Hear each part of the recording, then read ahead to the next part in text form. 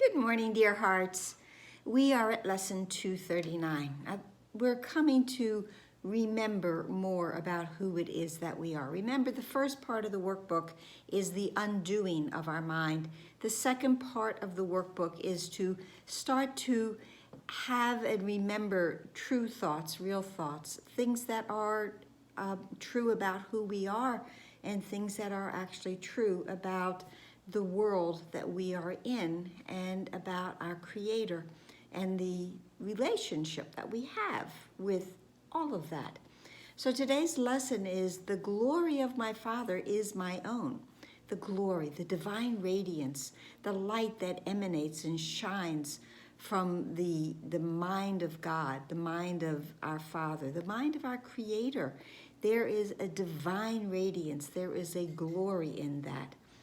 And so this lesson is saying that let not the truth about ourselves be hidden by a false humility, I'm going to say today, but it's really for every day, that we have spent so much time diminishing who we are. And that is because we have aligned our mind with the ego mind, and the ego mind has a vested interest in keeping us small and limited. But the truth about ourselves now, we're not going to allow that to be hidden from us, because only in our recognition of it are we able to now share it. You know, there's a lesson back in the part one of the workbook that, you know, you are healed so you can heal. You recognize your radiance so you can extend radiance. So it says, instead of diminishing and having a false sense of humility today, that instead let us be thankful for these gifts that our Father has given us.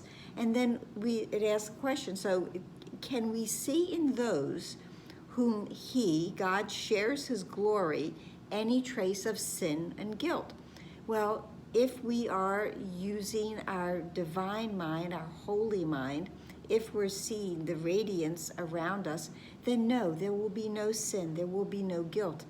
There will only be the light shining and encompassing everything. And then it asks the question, and can it be that we are not among them, among those whom God has shined his glory upon, when he loves his Son forever and with perfect constancy, knowing that he is as he created him? God knows who we are. God knows. God knows, period. Okay, we know that. We know that God knows. Now it's time for us to know, for us to become familiar with the truth about who we are and to deny it no longer. This is what the second part of the workbook is really all about.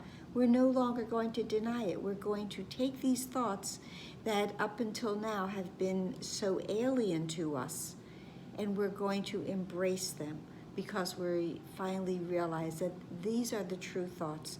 These are the thoughts I choose to have and to keep. The second part of the lesson in the italics, the prayer, is that we thank you, Father, for the light that shines forever in us, and we honor it because you share it with us. We are one, united in this light and one with you, at peace with all creation and ourselves.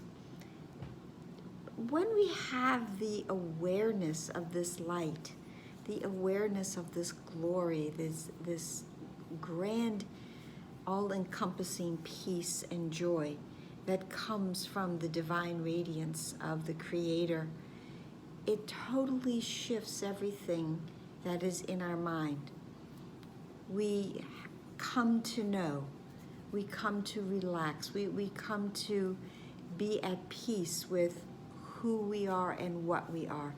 And just as God sees all of the glory and the goodness and the greatness in us, we now are able to see that in others, at peace with all creation and with ourselves.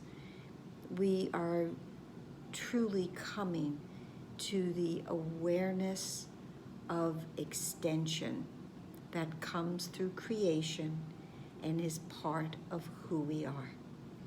We'll deny no longer and we will no longer feel that we are alien and apart from rather than a part of.